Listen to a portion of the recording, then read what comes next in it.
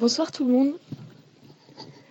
Alors, il y a certains points de cette loi dont on parle très peu, si c'est dans les cercles syndicaux assez restreints, et ça préoccupe bien davantage donc les travailleurs et les usagers de la santé.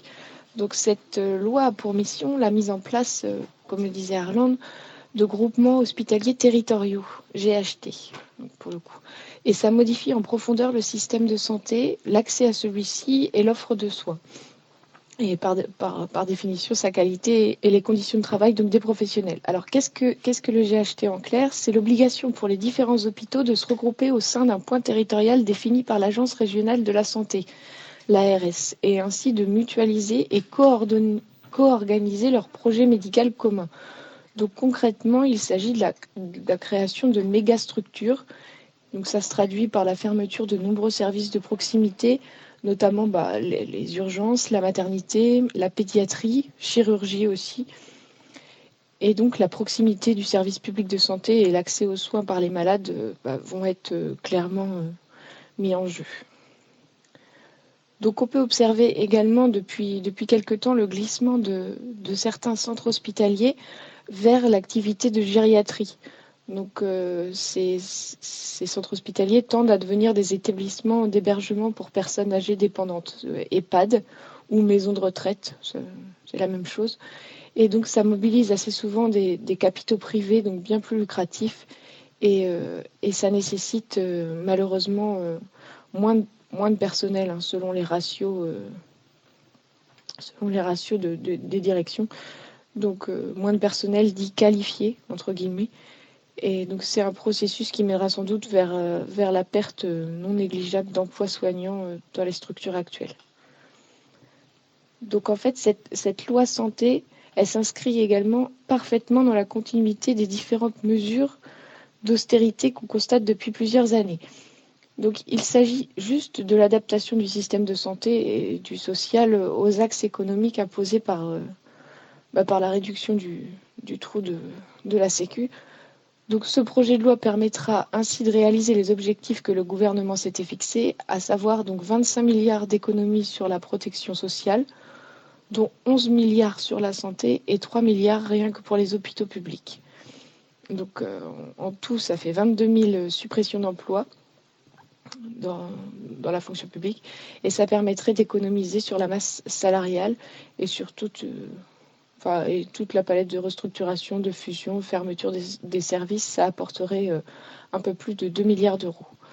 Donc tout ça au détriment d'un système de santé déjà en grande difficulté et des conditions de travail qui se dégradent de plus en plus, et par association, l'accès aux soins pour les usagers qui va être de plus en plus compliqué et de moins en moins de qualité. Donc en Normandie, par exemple, mais aussi dans d'autres régions, l'ARS n'a même pas attendu l'entrée en vigueur de la loi et a déjà prévu de nombreuses fermetures.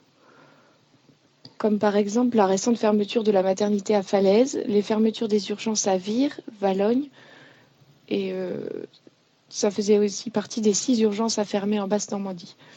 Alors il y a eu également la fermeture des services de psychiatrie de l'hôpital de Saint-Lô, qui a été déplacé ailleurs, donc avec des fins de contrat pour les personnes qui étaient contractuelles et la mutation forcée pour les personnes titularisées, donc pour le coup à plus de 100 km de leur domicile, c'est-à-dire à Picoville pour ceux qui connaissent. Et donc la mise sous tutelle de l'hôpital de l'Aigle avec l'annonce d'externalisation de plusieurs services vers le secteur privé. Donc voilà. Et il y a aussi des hôpitaux qui sont mutualisés et regroupés, à savoir Avranches-Granville. Ils fusionnent. Au CHU de Caen, logiquement, donc, il devrait absorber tous les besoins nécessaires à la population locale, et l'objectif est de passer de 1300 à 1050 lits. Donc diminuer les capacités de l'hôpital. Cet exemple régional n'est qu'une illustration pour le coup de ce qui se passe au niveau national. Donc aujourd'hui, de nombreuses personnes en activité ou sans emploi, indépendamment de leur âge, renoncent déjà à se soigner pour des raisons de coût, de distance, d'offres et de qualité de soins. on peut se poser la question de ce qu'il en sera lorsque la santé de proximité aura complètement disparu et lorsque la seule alternative sera les attentes sans fin dans les groupements hospitaliers territoriaux assez éloignés pour le coup, ou pour celles et ceux qui ont les moyens, les cliniques privées.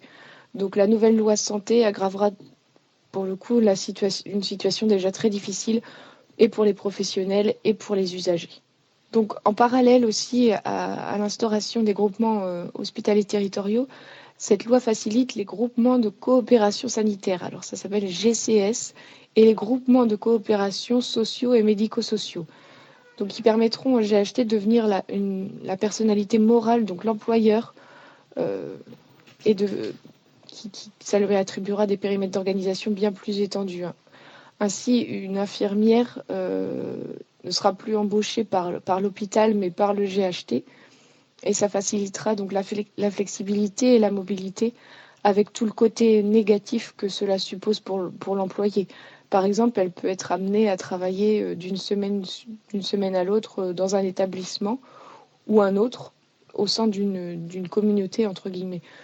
Donc, indépendamment de la distance kilométrique ou des souhaits de l'infirmière. Pour exemple. Donc ces institutions mêlant le public et le privé risquent également de vampiriser les GHT et de faciliter la mixité entre les salariés du public et du privé.